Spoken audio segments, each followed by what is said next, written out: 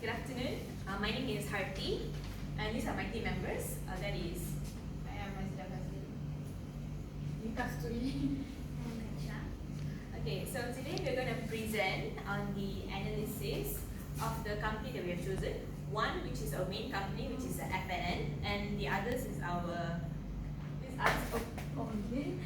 The other is our comparative company, which is Jaffa. Okay, so without further ado, let's go into the slides.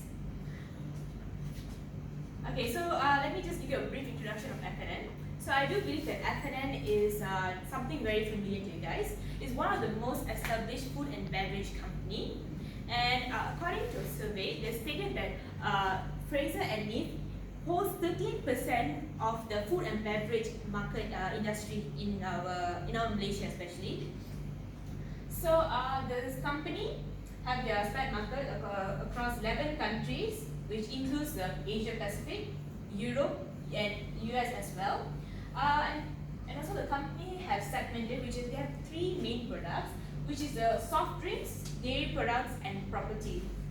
So FNN, as I told you, is a very established brand. It has hold a strong position in sweetened condensed milk and evaporated milk as in the market in Malaysia and Thailand. So next one. Okay, so the comparative company, as we have chosen based by comparing the total assets and total equity, we have thought of choosing Jaffa Ltd. Jaffa Ltd is a agri-food based company which has it is not as big as FNN, however it has strengthened itself in the Asian market. So Jaffa Ltd has subsidiaries in countries such as Vietnam, China, Indonesia, and Myanmar, and has so far grown to own about 30,000 employees worldwide, and their headquarters are located in Singapore. So their aim is to continuously produce premium quality dairy products, meat products, and also animal feed. Hence, this is a brief introduction of Jaffa. We'll move on into the 4 to 5 forces of both companies. Okay, so 4 to 5 forces. So I'll start off with the bargaining power of supply. So bargaining power of supply shows that the supplier has the power towards the company. So for example, if you take FNN, so this government have implemented a tax since the price of the sugar has been rising. So this causes the supplier to increase the price of the sugar for the supply. Therefore, this can bring a disadvantage for the company, which is FNN. This is because this might affect their total shareholding, equity and stuff like that. And therefore, as FNN, they should analyze, they should see whether there's any other suppliers which provides the pricing of sugar which is less. However, this can also bring a disadvantage because this might affect the quality of the product since they are trying a different brand, I think. So this can affect. And next, I'm going to talk about the bargaining power of buyer. So bargaining power of buyer means that buyer has the power. This is because in the industry there's many different brands and products out there. So buyers can choose from them. So for example, when FNN, when they choose to change the supply of the sugar, which will then affect its quality, then the customer will think that okay, this has the quality has decreased, and therefore they might choose a different brand. So this shows that the buyer has power towards the company. Okay, so next is the threat of new entry. So threat of new entry means that what threat that new competitors impose to the current key players. So as Hati said, there was a government imposed a sugar tax in 2018. Harti, can you move a bit back when she present? Yeah, make it like the presenting person. So as Hati said, there's a government imposed a sugar tax. So there's another company who comes with the name of Potong Gula. It's a product founded in November 18 who manufactures sweetened condensed milk with zero white sugar. So they use stevia. So this one imposed like a very big threat to FNN because they implemented new brands with zero sugar, but since the consumer are very health conscious, so they prefer with stevia. So position of FNN become at stake. So next is threat of substitution. So during the year 2018, in conjunction with the 135th anniversary, FNN manufactures brand new products, which is the condensed milk in the tube version one. So that one actually has Nestle also has manufactured the same product, like same, but their prices are more higher, which is in 40 ringgit and 90 cents compared to FNN, which is only 6 ringgit 80 cents. So consumer prefer the cheaper prices as we compare between the two brands. Then next is industry competitive rivalry. So one of the main competitors of FNNs are Dutch Lady, Nestle and PepsiCo. They are such a strong competitors. They always compete with their quality of their milk, which can be seen where FNN get their milk imported from New Zealand, whereas Nestle import their milk from Australia. As for Jaffa, we'll start with the bargaining power of buyers. So as we know, the Jaffa is known as agri-food industry. There are only two types of buyer exist for this company, which is direct and indirect. So as for direct, the company has a contractual farming scheme between the farmers and also the company itself. So in this, it seems that there is like weak form of buying power, because like the benefit received by both parties is actually same. As for domestic users are their indirect buyers, and the company achieves a strong brand among the domestic users due to their strong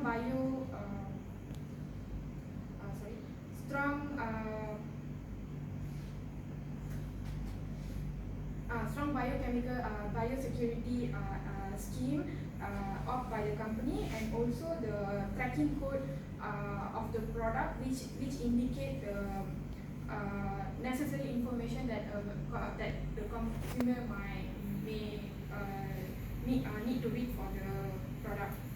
And as for the threat of substitute, the only direct substitute had for the Jaffa is Sirat Produce, as this company owns the same integrated business model as one of by the Jaffa company, which is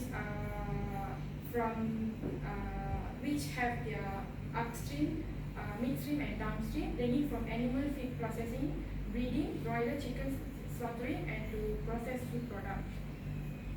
Next. Okay, so I'll move on to the bargaining power of supplier. So Jaffa's aim is to actually follow a global movement of having a supplying source that is traceable and sustainable, which is then going to the base, which is getting their source from farmers. As mentioned earlier about the contractual mutual benefit they have with the farmers, they are actually also the suppliers, and a mutual beneficial agreement between them is whereby Jaffa gets their raw materials such as corns for their feed and etc., whereby they in return provide their farming chains and more resources. So,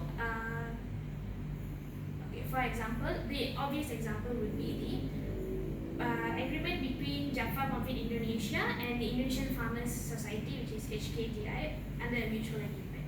So from their pattern of sourcing, as I said, they go down to the base, from that we can observe that their suppliers are abundant, hence, or in other words, under a perfect competitive market. Hence, there is the risk of them being prone to losing a supplier or facing threats in terms of pricing from supplies is very low. So, which gives the upper hand to the company instead of the supplier. So, moving on to the next force, which is the competition among industry. So, agri-food as a basis is known to have high competition. However, agri-food companies that have strongly established or grown in size are still quite less in number. However, some of the listed Jaffa's competitors include large companies such as Aviagen and Smithfield. Despite having large competitors, they did not neglect to grow or establish themselves in various aspects. For example, in order to stay competitively advantaged in terms of their product, they have actually partnered with one of the renowned supplier of swine genetics. hyper in order to produce a high quality swine breed. In terms of product, for example, they've also tried producing unique products such as the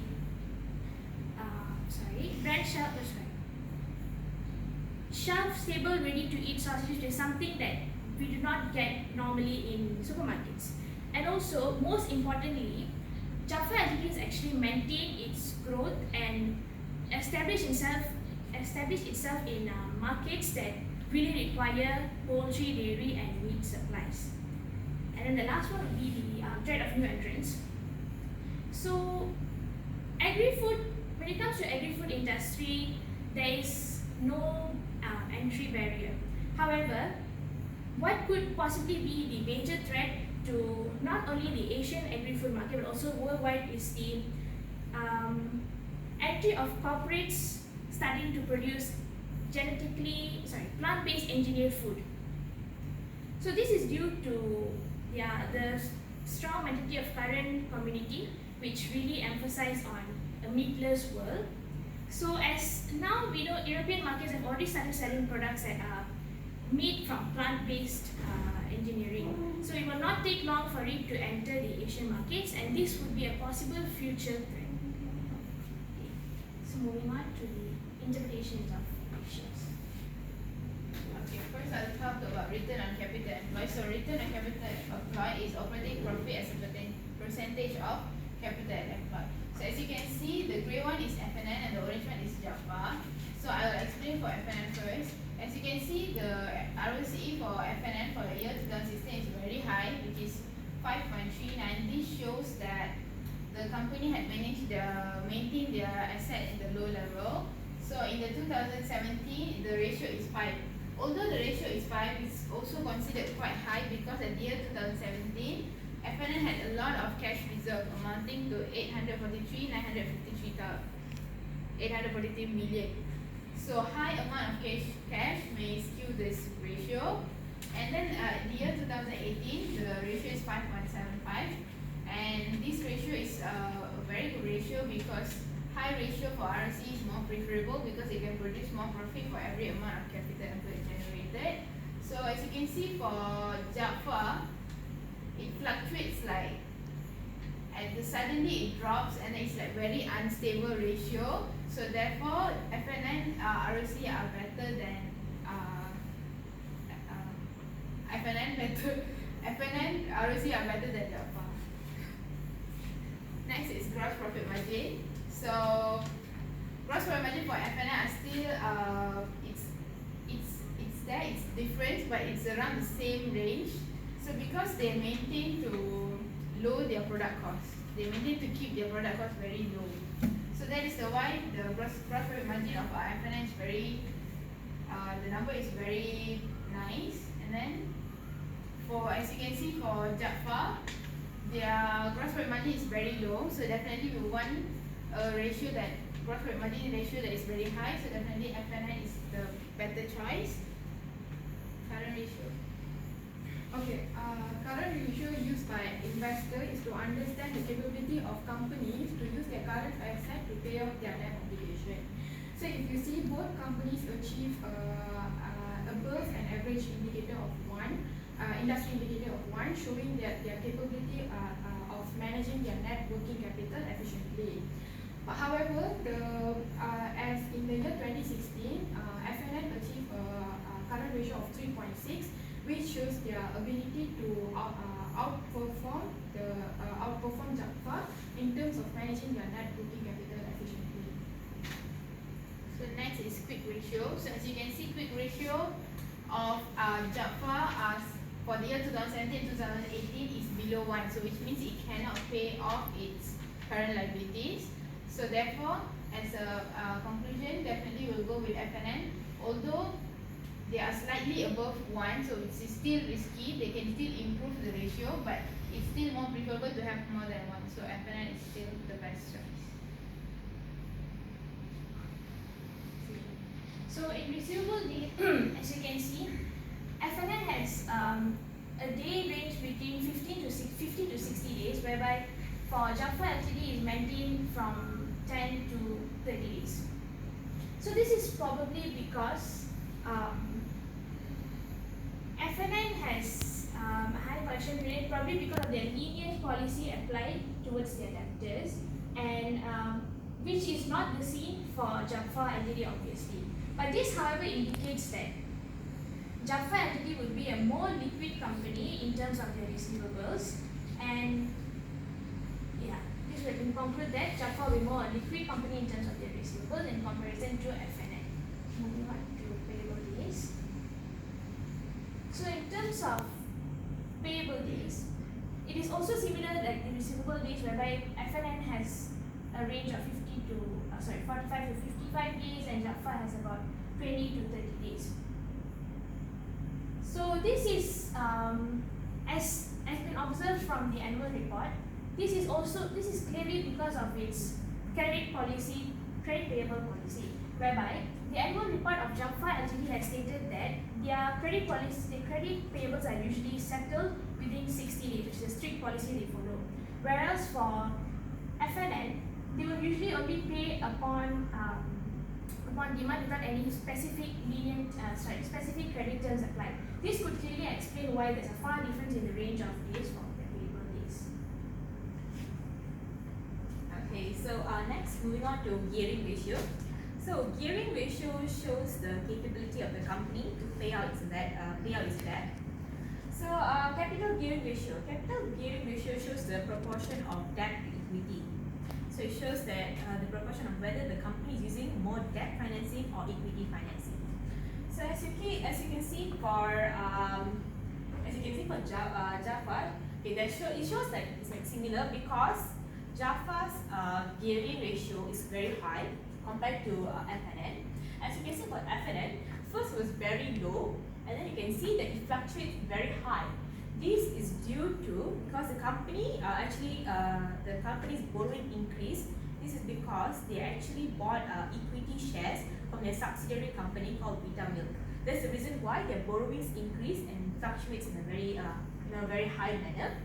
And then as you can see, the companies, however, the gearing ratio of debt decreases. Even though the company's capital gearing ratio increased, they have maintained between 25 to 50, which is the ideal amount, which means that the company is still able to pay its debt. However, for Jaffa, as you can see, that their company, the gearing ratio is above 50, which shows that it's very geared. This shows high risk because the company might face a bankruptcy if it's unable to pay debt. So therefore, from here you can see the capital gearing ratio, FNN has maintained optimum gearing ratio. But Jaffa's gearing ratio is lower than FNN, what? No, it's actually high. 0.77. Is it 77%? It's actually 77.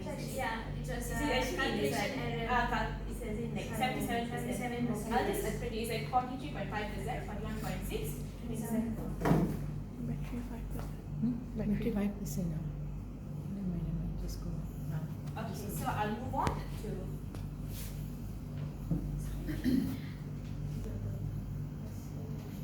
Okay. As for price earning ratio, analysts use price earning ratio to understand the value that stock market would offer for price earning ratio of a company. If you notice, for FNN, stock market offers twice than the value that the stock market offered for Jaffa's price earning ratio. And moreover, the trend movement of price earning ratio for Jaffa fluctuates drastically.